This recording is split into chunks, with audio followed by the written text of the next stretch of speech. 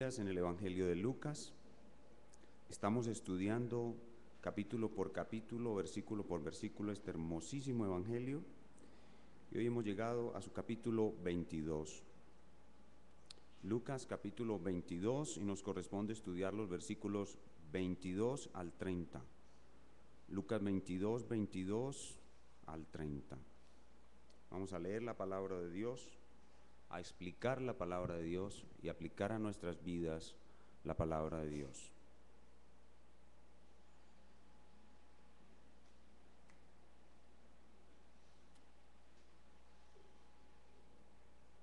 Esto dice el Señor: a la verdad, el Hijo del Hombre va según lo que está determinado, pero ay de aquel hombre por quien es entregado. Entonces ellos comenzaron a discutir entre sí quién de ellos sería el que había de hacer esto. Hubo también entre ellos una disputa sobre quién de ellos sería el mayor. Pero él les dijo: los reyes de las naciones se enseñorean de ellas, y los que sobre ellas tienen autoridad son llamados bienhechores. Mas no así vosotros, sino sea el mayor entre vosotros como el más joven, y el que dirige como el que sirve. Porque ¿cuál es mayor? ¿El que se sienta a la mesa o el que sirve? ¿No es el que se sienta a la mesa? Mas yo estoy entre vosotros como el que sirve. Pero vosotros sois los que habéis permanecido conmigo en mis pruebas. Yo pues os asigno un reino, como mi Padre me lo asignó a mí, para que comáis y bebáis a mi mesa en mi reino, y os sentéis en tronos juzgando a las 12 tribus de Israel. Vamos a orar. Espíritu Santo, a ti se te ha encomendado en el consejo eterno de redención santificar al pueblo rescatado por la sangre del Hijo de Dios, y se te ha encomendado hacerlo por la palabra expuesta, por la palabra predicada. Estamos aquí reunidos con la absoluta seguridad de tu presencia y la absoluta confianza de que tú harás lo que se te ha encomendado. Quita de nosotros, por favor, todo obstáculo que nos impida escuchar esta palabra y recibir la transformación que ella trae para nosotros. Ten misericordia del predicador, que es un pecador orgulloso y soberbio, que tiene que ser transformado él mismo en los pecados contra los cuales él va a estar predicando. También a los que escuchan, para que sus oídos sean realmente abiertos y su voluntad fortalecida para ser santificados a la imagen del perfecto y humilde Cordero de Dios. Y esto te lo pedimos en el nombre de Cristo. Amén. Estamos en las últimas horas. Durante estos últimos domingos hemos abierto el sermón diciendo: estamos en la última semana del Señor Jesucristo, pero ahora nos corresponde abrir diciendo: estamos en las últimas horas del Señor Jesús sobre la tierra. Es jueves en la tarde noche y Él está en el aposento alto con sus discípulos. Ya hizo salir al traidor, ya transformó la Pascua en Santa Cena, y ahora va a pasar con sus discípulos varias horas enseñándoles, orando por ellos y hablando con ellos asuntos muy importantes del reino de Dios. Esta escena la vemos con un poco más de detalle en el Evangelio de Juan, entre los capítulos 13 al 17. Vamos a conectarnos por un momento con Juan capítulo 13, por favor, para ver algunos detalles que nos enriquecen nuestra percepción de la escena.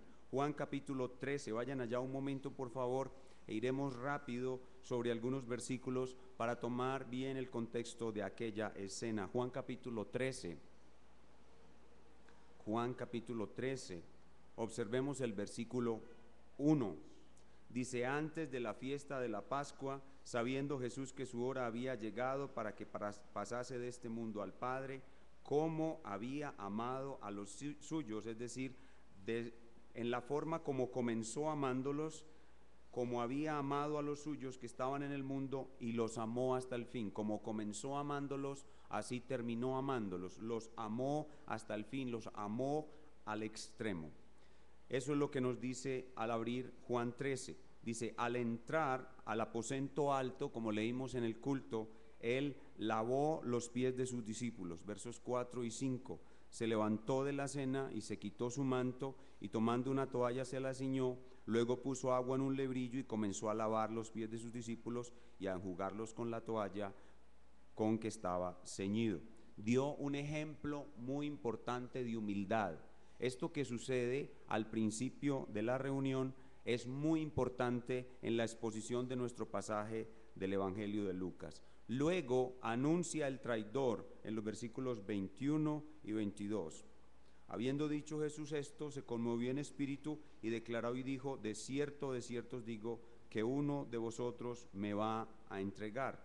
Entonces los discípulos se miraban unos a otros, dudando de quién hablaba. Y esto que acabamos de leer ahí concuerda con Lucas 22, 23, o sea, justo donde estamos nosotros. Escuchen otra vez Lucas 22, 23. Entonces ellos comenzaron a discutir entre sí sobre quién de ellos había de hacer esto, o sea, quién de ellos habría de ser el traidor. Entonces, en estos momentos iniciales surge una primera discusión. La primera discusión es quién de ellos sería el traidor. Esta primera discusión es una discusión buena porque los apóstoles saben que son pecadores y que uno, en el pecado que uno tiene, uno puede traicionar a Dios. Entonces ellos aquí muestran que son conscientes de su pecado y que ellos pueden llegar a traicionar al Señor. Y esta es una disputa o una discusión buena. Después de estos, Judas sale y en medio de estos eventos no sabemos cómo de un momento a otro el sentido de la conversación cambia y hay ahora otra discusión. Regresemos a Lucas 22.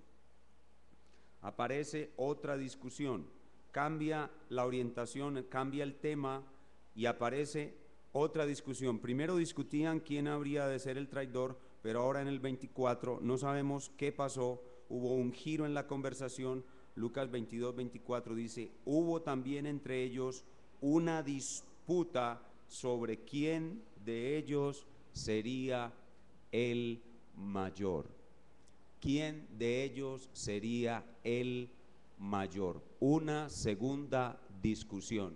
¿Quién de ellos sería el mayor? ¿Esta disputa es buena o es mala?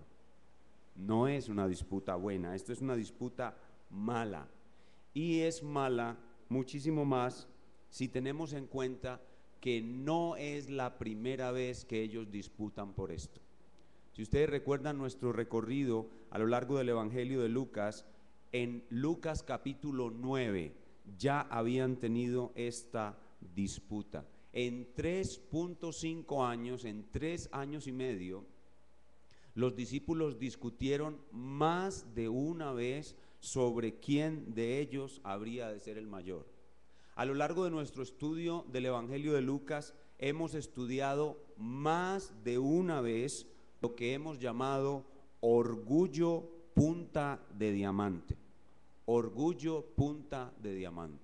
Así que, ¿qué tenemos aquí? Estamos viendo otra vez, tal vez por tercera vez en la exposición de Lucas, pero por más o menos 5 veces en el Evangelio se hace alusión a los discípulos disputando sobre grandeza, sobre quién de ellos sería el mayor.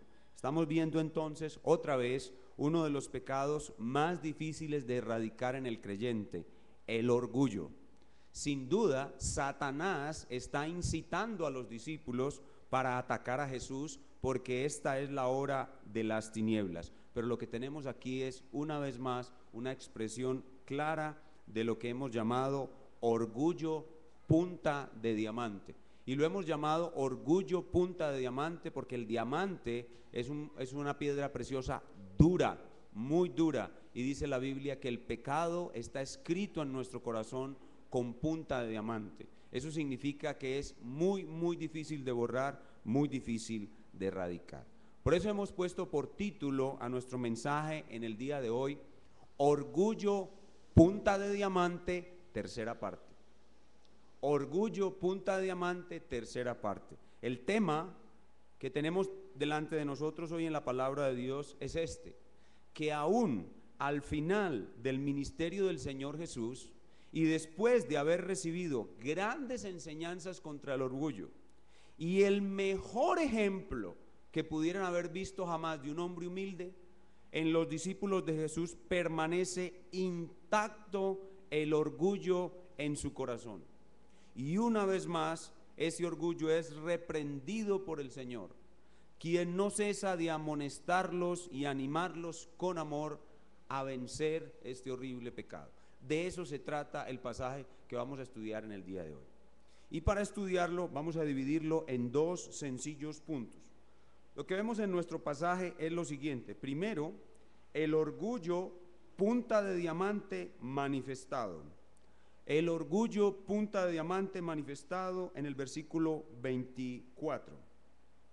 El orgullo, punta de diamante manifestado en el versículo 24. Y en segundo lugar veremos el orgullo, punta de diamante combatido. El orgullo, punta de diamante combatido. Y en el pasaje vemos cómo el Señor Jesús ayuda a sus discípulos a combatir el orgullo, punta de diamante, de tres formas. La primera forma es combatido con amonestación. Versículos 25 y 26. Jesús les da una amonestación. En segundo lugar, combatido con ejemplo.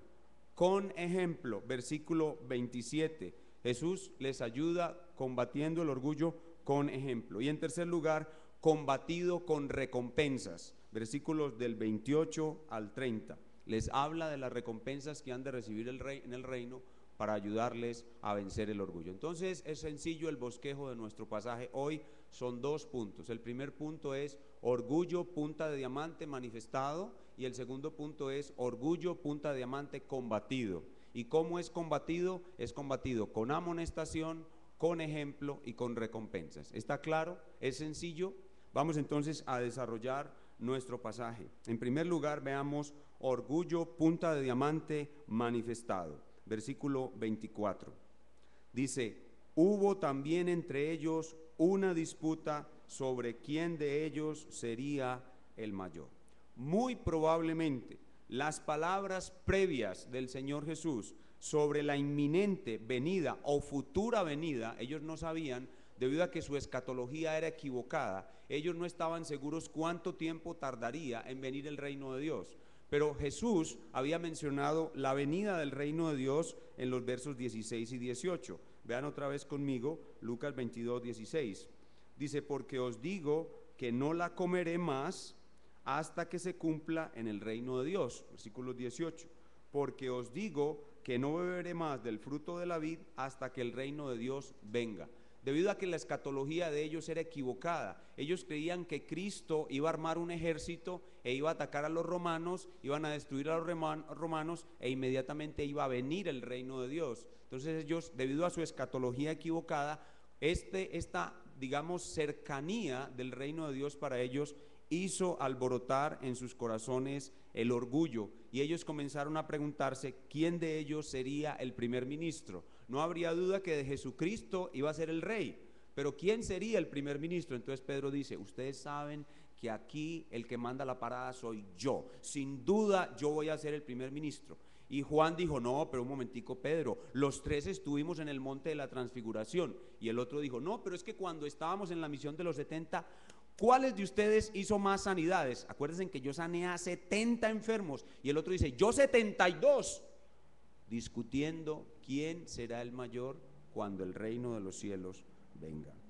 Se alborota su orgullo, desean ser superiores el uno sobre el otro, y aparece de nuevo este gran enemigo, orgullo, punta de diamante, que sin duda Satanás es quien está incitándolo. Con respecto a la manifestación del orgullo, siempre hay una ocasión que nos provoca en nosotros manifestarse el orgullo que aún hay en nosotros. Y siempre hay distintos tipos de manifestación. Aquí vemos una sola manifestación. Ahora en las aplicaciones mostraré otras, pero debemos saber que el orgullo es un monstruo que tiene más de 7 cabezas y se manifiesta de distintas maneras. Aquí se manifiesta simplemente con el deseo de ser superior, con el deseo de reinar, con el deseo de gobernar, con el deseo de tener poder sobre todos. Y siempre que hay una ocasión para el orgullo, y siempre que hay una manifestación para el orgullo, cuando el orgullo se manifiesta, tiene sus consecuencias. ¿Cuál es la consecuencia en este caso? Los discípulos se dividen. En vez de tener unidad con Cristo y estar alrededor de Cristo, unidos en Cristo, mirando sus sufrimientos que están siendo anunciados, los discípulos se dividen. Y entonces la manifestación del orgullo causa eso, división. Entonces el Señor, al ver esto, ¿qué creen ustedes que Él debió haber experimentado cuando vio que después de 3 años y medio de haberles dado ejemplo de humildad, acuérdense que hace unos minutos lavó sus pies, 3 años y medio dándoles ejemplo de humildad, habiéndoles amonestado muchas veces sobre el orgullo? ¿Recuerdan esa ocasión en que coge a un niñito y lo pone delante de ellos y les dice: ustedes deben ser como niños, no orgullosos, sino como niños? Les enseñó, les amonestó, les dio ejemplo una y otra vez. Está a punto de irse y ellos están igualito que cuando comenzaron, orgullosos y soberbios como el que más. ¿Qué creen ustedes que debió haber experimentado el Señor en ese momento? Como todo maestro experimenta cuando sus discípulos no le entienden, no le obedecen y no cambian. ¿Qué debió experimentar Él? Un terrible desánimo. Renuncio, esta gente no la cambia a nadie. Y así nos sentimos los pastores a veces en las iglesias. Pero el Señor en Juan capítulo 13 versículo 1 dice: como había amado a los suyos, los amó hasta el fin. El amor no se desanima al ver el proceso tan lento de transformación que hay en aquel a quien el amor está cuidando y ayudando. Y por eso el Señor ni siquiera se despelucó. Con toda paciencia y con todo amor los amonesta otra vez sobre su orgullo y vuelve y ejecuta otra vez su estrategia de ataque contra el orgullo. El Señor no se desanimó por su inmenso amor hacia ellos, porque el amor es sufrido, el amor es paciente, el amor espera la transformación del otro. Pero además el Señor no se desanimó porque Él sabía que vendría el Espíritu Santo. Y al Espíritu Santo, con todo su poder, sí se le había concedido en la Trinidad ver a estos discípulos ser transformados en hombres humildes. Entonces Él no se desanimó por su inmenso amor hacia ellos y por la seguridad de que vendría el Espíritu Santo, a quien Él mismo les enviaría de parte del Padre. Y entonces, sin desanimarse, amándolos igual, tranquilo y sereno, no se pasaba las manos sobre la cabeza: estos son muy brutos, que ¿yo cómo hago con esta gente? No, tranquilo, sereno, con el mismo amor, con la misma dulzura. Ahora, hijitos, voy a ayudarles a combatir una vez más su orgullo punta de diamante. Y ese es nuestro segundo punto. El primer punto es el orgullo punta de diamante manifestado. Y ahora el orgullo punta de diamante combatido. Entonces veamos en primer lugar cómo el orgullo punta de diamante es combatido por medio de la amonestación. Por medio de la amonestación, o lo que es lo mismo, la enseñanza confrontadora. Una enseñanza confrontadora. Verso 25. Pero Él les dijo, recuerden, con todo el amor, con toda serenidad les dijo: los reyes de las naciones se enseñorean de ellas, y los que sobre ellas tienen autoridad son llamados bienhechores. En otras palabras, ustedes están actuando como hombres de este mundo, como los reyes de este mundo. Verso 26. mas no así vosotros. Ustedes no son como príncipes de este mundo, son diferentes, sino sea el mayor entre vosotros, es decir, el más destacado, el que tiene más liderazgo, no lucirá como alguien muy grande y muy noble, sino como el más joven. La palabra joven aquí significa un ciudadano de menor valor. Sea como el más joven, y el que dirige, el que tiene la presidencia, sea como el que sirve, sea como el que más humilde, como el que es más humilde, sea como el que hace los oficios más sencillos. Lo que él está haciendo aquí en su enseñanza confrontativa es hacer un contraste entre el reino de Dios y el reino de los hombres. Y lo que él está buscando es renovar una vez más su entendimiento. Ustedes han entrado a un reino, pero ese reino es totalmente distinto al reino en que ustedes han vivido. En el reino en que ustedes han vivido, los reyes dominan, tienen autoridad y son servidos por sus súbditos. Y debido a sus muchas riquezas, los reyes a veces les dan bienes y ayudan a las personas, y por eso son llamados bienhechores. Pero entre ustedes no va a ser así. Ustedes no van a ser personas que tienen dominio, personas que ejercen autoridad buscando que los otros les sirvan. No, ustedes no serán como reyes de este mundo, ustedes serán servidores. Miembros del reino de Dios son los servidores. Recuerden en el mensaje de Lucas que hablábamos en Lucas 9, que deberían ser como niñeras.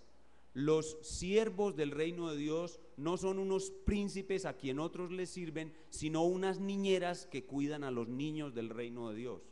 Es muy distinto yo lucir como un príncipe que espera que otro me sirve, a lucir como una niñera que está pendiente de los niños que llegan al reino para cuidarlos, para protegerlos, para enseñarlos y para guiarlos hasta que estén maduros, anden por sí solitos y ellos cuiden a otros. Es muy distinto. Entonces, bájense de esa nube. Ustedes no son príncipes a la usanza de los príncipes de este mundo. La grandeza de ustedes no está en el honor y el servicio que reciben de otros. La grandeza de ustedes está en la humildad con que ustedes sirven a otros. Ven, una renovación completa, un cambio completo en sus mentes. La verdadera grandeza en el reino de Dios es el servicio humilde para el que más lo necesita. Entonces, esa enseñanza confrontativa es un ataque directo al orgullo punta de diamante, porque al cambiar la forma como pensamos, cambiamos la forma como sentimos y cambiamos la forma como actuamos. Pero a veces no es suficiente con que a una persona le den una enseñanza para que la enseñanza produzca una transformación profunda en él. Es mucho mejor cuando a uno le dan una enseñanza y se la acompañan de un ejemplo.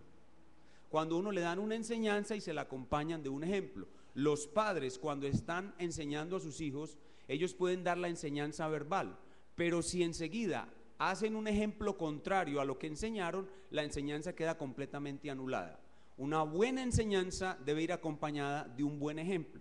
Y esa es la segunda cosa que Jesús hace para combatir el orgullo punta de diamante. Lo primero es, lo combate con amonestación o enseñanza confrontativa, enseñanza renovadora y transformadora, poniendo un contraste entre los reyes del reino humano y los reyes o príncipes del reino de Dios. Y hace ese contraste que cambia la mente. Pero ahora ataca el orgullo con un ejemplo. Versículo 27. El ejemplo es el mismo. 27, porque ¿cuál es mayor en aquella cultura? ¿Quién es mayor? ¿El que se sienta a la mesa o el que sirve? Y en todas las culturas dice, no es el que se sienta a la mesa. ¿Quién es el patrón en esta casa? ¿El que está sentado a la mesa o el que le está sirviendo al que está sentado? Pues obviamente es el que está sentado a la mesa. Y entonces enseguida dice, mas yo que soy el patrón de los patrones, el jefe de los jefes. Recuerden como decía en Juan 13, ustedes a mí me llaman me llaman maestro o amo y señor. Y dicen bien, porque lo soy. Yo soy el amo del universo, el dueño de todo, el dueño de ustedes. Y ustedes se sentaron y yo les lavé los pies. Eso es ejemplo. El ejemplo, dicen 13, en Juan 13, ejemplo os he dado para que como yo os he hecho a vosotros, hagáis también entre ustedes. Y dice, bienaventurados son ustedes si oyendo estas cosas las hacen. Ven, está atacando el orgullo. ¿Cuál es la mejor manera de atacar al orgullo? Una enseñanza confrontadora. Pero en segundo lugar, un ejemplo poderoso, como el ejemplo mismo de Jesús que vino a lavarle los pies a sus discípulos. Nadie se puede humillar más que el Señor Jesús, porque nadie estuvo más alto que Él. Él estuvo en la altura de los cielos, en la gloria del Dios de Dios, luz de luz, Dios verdadero de Dios verdadero, y se despojó de su gloria para vestirse de un cuerpo humano, renunció al uso de su propio poder, renunció al uso de su sabiduría, y como humano se humilló hasta lo más bajo, hasta tomar la posición del esclavo más humilde en la casa y lavarle los pies, los sucios pies, a estos 12 hombres ignorantes. Les lavó sus pies. Nadie se puede humillar más que Él. Por eso Él es el ejemplo más poderoso. Y con su ejemplo nos está diciendo, el servir a otros es una poderosa herramienta contra el orgullo. Para poder vencer el orgullo hay que humillarse a servir a otros y hacer los oficios en favor de otros que la mayoría no quieren hacer. Pero el orgullo es tan difícil, es punta de diamante. El orgullo es tan difícil de erradicar que no le vale un taco de dinamita ni un segundo taco de dinamita, necesita un tercer taco de dinamita, que es primero la enseñanza confrontativa, segundo el ejemplo. Para poder vencer el orgullo se necesita el estímulo de las recompensas. Para poder vencer el orgullo, los cristianos necesitamos estar pensando todo el tiempo en las recompensas. Versículo 28. Pero vosotros sois los que habéis permanecido conmigo en mis pruebas. Este pero es un contraste con el traidor. El traidor no había permanecido con él, el traidor lo había abandonado. En contraste con el traidor, estos habían permanecido, porque estos son verdaderos discípulos. Y por ser verdaderos discípulos y haber permanecido con él en sus pruebas, es decir, haber sufrido con él, el solo hecho de haber sufrido con él ya les amerita recompensa. Verso 29. Yo pues os asigno un reino como mi Padre me lo asignó a mí, para que comáis y bebáis a mi mesa en mi reino y os sentéis en tronos juzgando a las 12 tribus de Israel. El solo hecho de que ellos ya hubieran permanecido con él en sus pruebas ya les garantizaba recompensas. Recuerden cuando hablamos de recompensas, que las recompensas en el reino de Dios van a ser ciudades, y decíamos que los cristianos, cuando somos fieles y servimos al Señor, vamos a recibir recompensas, y esas recompensas están simbolizadas en ciudades. Decíamos que por barrer y trapear la iglesia, una ciudad, y decíamos que por lavar el baño de la iglesia, 3 ciudades. Entonces las recompensas son ciudades, pero estos hombres van a recibir más que ciudades, van a recibir reinos. ¿Por qué? Porque ellos son los apóstoles del Cristo. Estos son personas únicas y especiales en el reino de Dios. Ellos son las columnas de la ciudad celestial. Ellos son las 12 columnas. Bueno, 11, sacamos a Judas, y puede estar ahí Matías y Pablo. Ellos son las columnas. Entonces ellos no van a recibir ciudades, ellos van a recibir reinos. O sea que su recompensa va a ser mucho mayor. Pero ¿cuál de ellos va a recibir la recompensa más grande? La disputa de ellos es quién iba a ser el más grande o quién iba a recibir el reino más grande. No iba a ser otro sino aquel que le sirviera más a sus otros hermanos.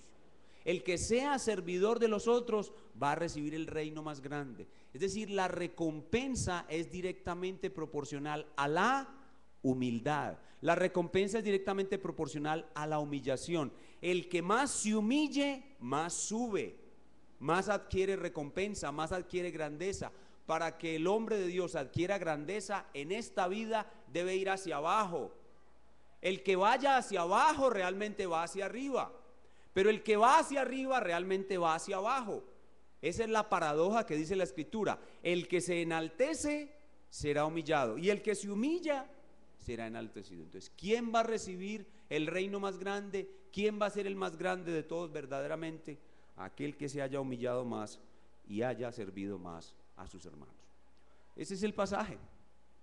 Ese es sencillamente nuestro pasaje. 2 puntos: orgullo punta de diamante manifestado, orgullo punta de diamante combatido. ¿Cómo es combatido? Con amonestación, con ejemplo y con recompensas. El estímulo de querer ganar una mayor recompensa hace al creyente luchar mejor por humillarse a sí mismo y alcanzar mayor recompensa. Entonces, ¿qué es lo que hemos aprendido en el pasaje? Primero, que el orgullo es un pecado tan poderoso y difícil de erradicar que aún al final de su ministerio y después de muchas amonestaciones y del mejor ejemplo, el orgullo permanecía intacto en los apóstoles del Cristo.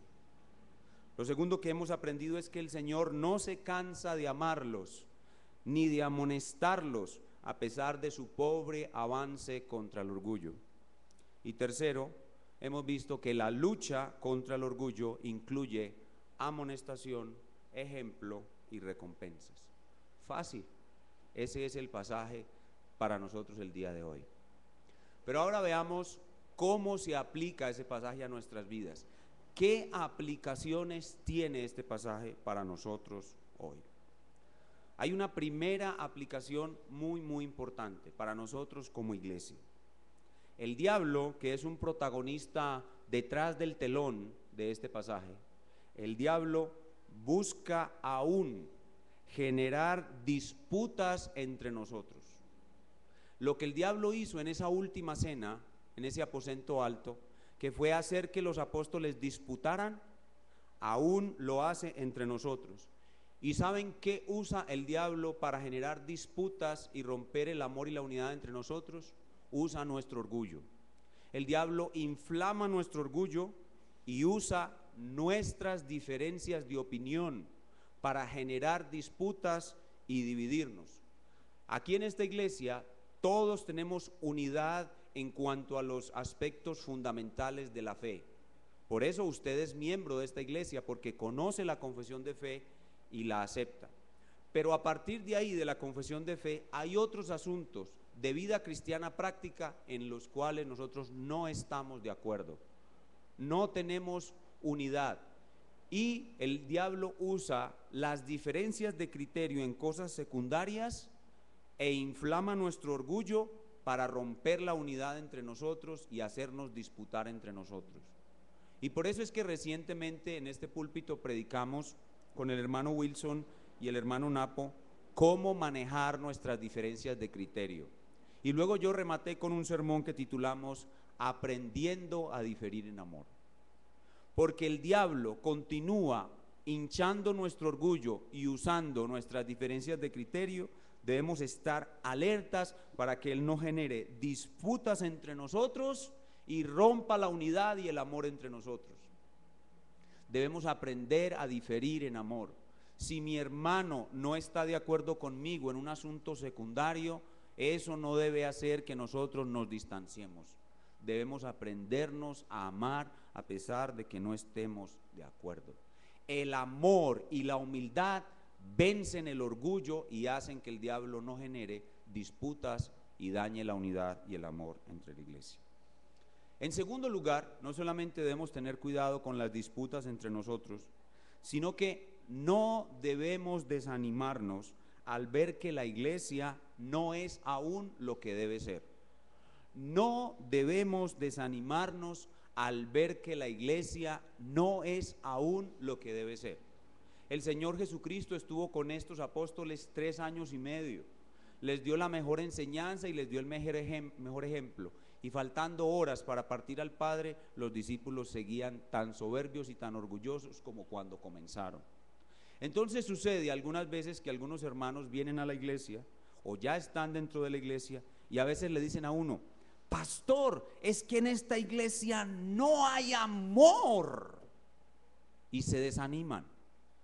Esto es como si usted le dijera al Señor: Señor, mira, llevas 3 años y medio trabajando con estos discípulos y en ellos no hay amor. En ellos sí hay amor, pero es poquito y usted tiene que esperar a que ese amor crezca. Además, no es que en esta iglesia no haya amor. En esta iglesia hay unos hombres y mujeres que tienen más amor que otros, e incluso los que tienen más amor que otros a veces son desamorados, es decir, no manifiestan todo el tiempo amor. Entonces no digamos que en esta iglesia no hay amor. En esta iglesia sí hay amor, pero a veces nos comportamos como personas sin amor. Y entonces no nos desanimemos diciendo esas cosas, diciendo, por ejemplo: pastor, es que los solteros de esta iglesia son unos inmaduros. Eso es como decirle al Señor: Señor, mira, llevas 3 años y medio trabajando con estos solteros y nada que se deciden a casarse. Tiene que tener paciencia, hermana, tiene que esperar. El crecimiento es algo que Dios da.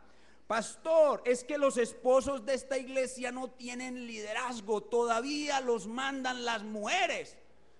Hermana, eso es como decirle al Señor Jesucristo: llevas 3 años y medio trabajando con estos esposos y aún no tienen liderazgo. Hay que esperar, el liderazgo va a llegar a su debido tiempo. Entonces no nos desanimemos. Pastor, es que las hermanas de esta iglesia todavía están muy afectadas por el feminismo. Sí, hermana, sí, usted tiene razón, pero hay que esperar.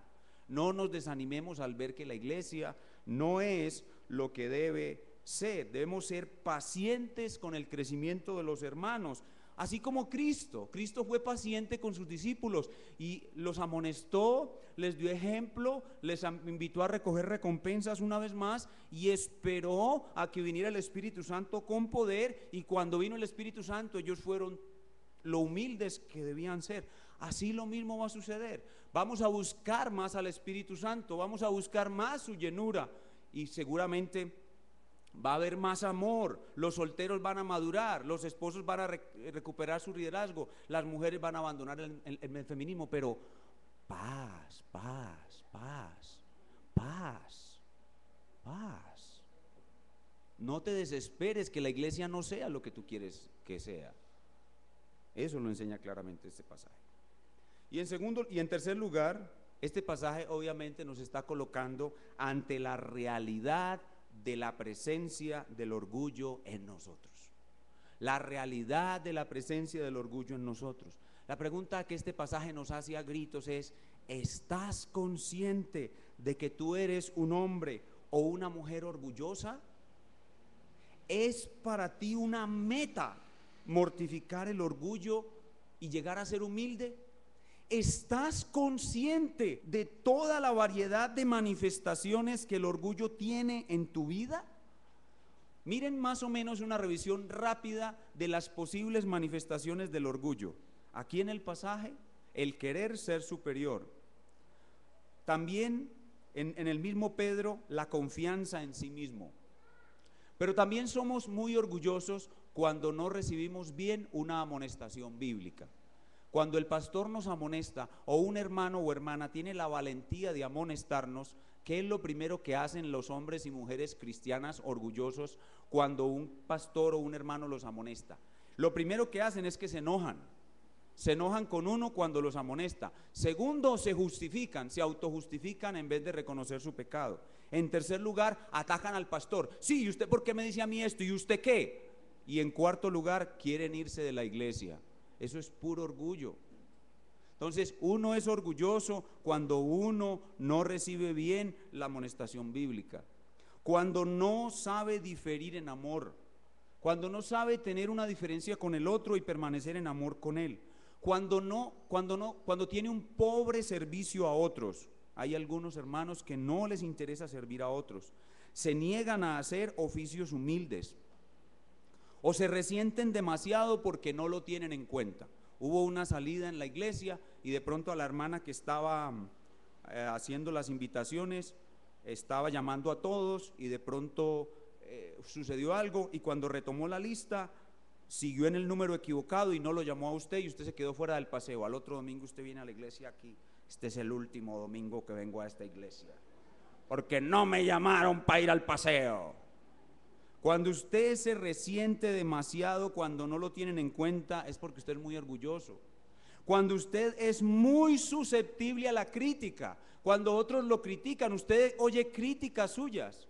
Hay críticas objetivas que son bíblicas, usted debe atenderlas. Hay críticas subjetivas que son simplemente personas que le tienen envidia, esas no las atienda. Pero cuando usted se afecta demasiado cuando lo critican o cuando lo maltratan, por ejemplo, cuando usted va a la EPS y usted va a pedir una cita y lo atiende una señora así con una cara que ni siquiera lo mira a usted. ¿Cómo se llama? Pague 10.000. Y usted dice, uy, esta vieja voy a ir a denunciarla ante el gerente, la voy a hacer echar, esta vieja no sabe quién soy yo. Usted es muy orgulloso. Cuando usted lo maltratan, cuando usted lo ignoran, si usted reacciona de esa manera es porque usted es muy orgulloso. Su forma de vestir, la forma de vestir dice que usted es orgulloso. Por ejemplo, las personas que quieren ponerse un tatuaje. ¿Por qué quieren ponerse un tatuaje? Porque quieren llamar la atención sobre sí mismos. Un hombre usando una areta. ¿Qué quiere un hombre usando una areta? Que lo miren a él mismo. Su forma de hablar. Hay personas que con su forma de hablar extravagante hablan de que son muy orgullosas. La forma como tratan a las personas, especialmente a personas más humildes que ellas. Las personas que odian mucho a los que les han hecho mal. A las personas que reaccionan con violencia a la mínima violación de sus derechos. Son personas muy orgullosas. El varón que cuando está cortejando a una muchacha y la muchacha lo rechaza, el tipo dice, cuando usted lo rechaza a una mujer y usted se siente acabado o está pensando hasta tirarle ácido en la cara, es porque usted es muy orgulloso. Es porque usted es muy, pero muy orgulloso. Entonces lo que quiero preguntarle ahora es, no solamente usted está consciente de que es un hombre orgulloso, sino que está consciente de las múltiples manifestaciones del orgullo en su vida. Y ahora finalmente, y lo más importante del pasaje es, ¿está usted consciente del método de Dios para ayudarlo a mortificar el orgullo? ¿Cuál es el método de Dios para ayudarle a mortificar el orgullo? Son tres cosas: enseñanza confrontadora, buen ejemplo y recompensas. Lo aprendió en el pasaje. ¿Está usted consciente de eso? ¿Aplica eso a su vida? Y quiero agregar que el método de Dios para combatir el orgullo tiene un cuarto elemento que lo he mencionado en los sermones anteriores sobre el orgullo: enseñanza confrontadora, buen ejemplo, recompensas. Pero el Señor, para ayudarle a usted a ser humilde, le va a traer a su vida experiencias humillantes. Experiencias humillantes. Dios no quiere que usted sea orgulloso y por eso le enseña. Segundo, le da ejemplo. Tercero, lo estimula con recompensas, pero Él se va a encargar en su santa providencia que usted viva experiencias que lo humillen, para que por medio de esas experiencias usted se baje, usted se humille. Dios hará que seamos humillados muchas veces y de muchas maneras en esta vida para hacernos humildes, y Él estará atento a nuestras reacciones. ¿Qué más humillación que el hecho de dejarlo a usted pobre, tan pobre que no tenga que comer, y usted tenga que venir a la iglesia a decirle a los diáconos que le ayuden para la comida? O enfermarlo a usted de tal manera que otra persona tenga que ir a su casa a lavarlo y a limpiarlo. Eso es humillante. Y Dios se va a encargar de humillarlo a usted por medio de enfermedades, por medio de pobreza, por medio de fracasos sentimentales, el divorcio, un desempleo. Usted es el superjefe de la empresa tal y se gana 20 millones de pesos y al otro día quedó sin nada. Dios lo humilla para hacerlo humilde. Toda clase de pérdidas de esta vida, Dios va a dar la orden a hombres impíos que lo traten a usted mal. Incluso hombres dentro de la iglesia lo van a tratar a usted mal para ver usted cómo reacciona. ¿Cómo debe reaccionar usted? Como el maestro le enseñó: Si le golpean una mejilla, vuelva a la otra. Hay cristianos que ni siquiera entienden qué es eso. La reacción del orgullo cuando usted le golpean la mejilla es ponerle el puño al que se la golpeó. No, la reacción de un verdadero cristiano es con mansedumbre y humildad. Y Dios se va a encargar que usted tenga personas como Simei maldiciendo a David. Cuando David estaba huyendo de su hijo Absalón, salió Simei, descendiente de Benjamín, y le dice: hombre brutal, sanguinario. Y el general del ejército Abner le dice: rey, déjame darle a este hombre con mi espada, te garantizo que de un golpe le corta la cabeza. Y David dijo: no le hagas nada, Jehová le ha dicho que maldiga a David. David, en medio de su aflicción, fue humilde y soportó la humillación. Así debemos de ser nosotros, y el Señor va a enviar a muchas personas para humillarnos, para que nosotros aprendamos a ser humildes. Y usted debe aceptar con humildad cada situación en la cual Dios está ayudándole a ser humilde. Finalmente, si usted está consciente del orgullo que hay en usted, de las distintas formas como él se manifiesta y del método de Dios, el orgullo requiere de nosotros mucha oración. ¿Cuántos de ustedes oran todos los días por ser más humildes? ¿Cuántos de ustedes reconocen delante de Dios que no son humildes y le piden a Dios que los haga humildes? Y a las personas que nos visitan, nuestros amigos que están aquí, que nos están acompañando hoy, déjenme decirles, amigos que nos visitan, que ustedes también son criaturas en extremo soberbias y orgullosas. Y el pasaje claramente nos muestra que Dios aborrece al orgulloso. Amigo, Dios lo aborrece a usted por el solo hecho de ser orgulloso. Y si usted muere siendo aborrecido por Dios, hay un solo lugar que espera a los aborrecidos por Dios: un infierno de castigo eterno. Pero usted puede librarse del infierno eterno y de su orgullo si reconoce que su orgullo es un pecado horrendo, se arrepiente de él y viene a Cristo, y en su cruz lo ve muriendo por sus pecados, al manso y humilde Cordero de Dios, como un sustituto por usted, y cree que Jesucristo el Cordero murió y resucitó. Él le dará el perdón de sus pecados, lo limpiará del orgullo y lo entrará a su reino, en el cual tendrá que luchar el resto de su vida para mortificar el orgullo que aún quede en usted y poder partir de este mundo hacia Él en el grupo de los humildes, porque solo los que son como niños, es decir, solo los que son humildes, entrarán al reino de Dios. ¿Qué me dice? ¿Va a aceptar la invitación de Cristo de arrepentirse de su orgullo y venir a Él y recibir su perdón y entrar a su reino y hacer parte del grupo de los humildes? La invitación está hecha hoy para usted. Hoy se le ha mostrado a usted lo horrible que es su orgullo, como Dios aborrece y castiga su orgullo, pero también la oportunidad de ser perdonado y transformado en una persona humilde solamente por el arrepentimiento y la fe en Cristo. Venga a Cristo, amigo. La puerta del reino de Dios está abierta para usted. Recíbale hoy y limpie sus pecados, limpie su orgullo y venga a ser una nueva persona en el reino de Dios. Vamos a ponernos de pie y a terminar en oración. Y si tenemos 5 minutos al final, Juan Esteban nos va a enseñar un himno nuevo.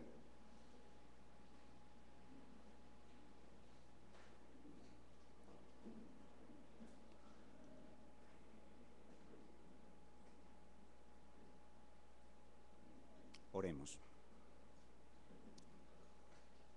Señor, gracias por tu palabra. Está escrito que los apóstoles hasta el último día de la vida de Cristo sobre la tierra fueron orgullosos, pero también está escrito que el inmenso amor de Jesucristo los toleró con paciencia y los amó y les ayudó a combatir su orgullo con enseñanza confrontadora, ejemplo y anhelo por las recompensas. Y está escrito también que estaremos luchando contra este pecado y debemos mortificar nuestro pecado durante el resto de nuestra vida sobre la tierra. Hoy hemos podido ver la grandeza del amor de Cristo. Cristo nos ha amado tanto que nos ha soportado en nuestro orgullo todos estos años, y ahora nosotros queremos corresponderle a Él obedeciendo mucho más su mandato de mortificar el orgullo. Por eso es que lo amamos a Él y lo preferimos a Él, porque Él es paciente y humilde y va a nuestro lado y no nos desecha a pesar de nuestro fracaso. Y por eso, confiados en Él, estaremos muy atentos que en nuestra iglesia no hayan disputas por causa del orgullo. Estaremos orando y perseverando en oración para que la iglesia alcance la madurez que necesitamos, pero no nos vamos a impacientar cuando veamos que la iglesia no es aún lo que debe ser. Vamos a reconocer el orgullo presente y grande en nosotros, vamos a tratar de reconocer al máximo sus múltiples manifestaciones y vamos a aplicar al máximo el método de Dios para destruirlo. Vamos a aprovechar cada experiencia humillante y vamos a reaccionar correctamente en ella, porque el Señor dice en su palabra: bienaventurado el varón que soporta la tentación, porque cuando haya resistido la prueba, recibirá la corona de vida que Dios ha preparado para los que le aman. Aquel que resiste el orgullo recibirá una corona, la corona de la humildad y la grandeza en el reino de Dios. A nuestros amigos que nos visitan te pedimos que les hagas ver también su horrible orgullo, su horrible soberbia, y que ellos lloren delante de ti por su orgullo y su soberbia, y enjugues sus lágrimas con tu perdón, con tu sangre expiatoria que justifica, que perdona, que quita la culpa, y les des a nuestros amigos, a nuestros jóvenes y a nuestros niños el ser limpiados de su orgullo y perdonados de su pecado para siempre. Amamos a Cristo porque Él hace todas esas cosas y lo preferimos a Él sobre todo, y por eso ahora le adoramos y reaccionamos a su palabra por medio de cánticos, en el nombre del Señor Jesucristo. Amén.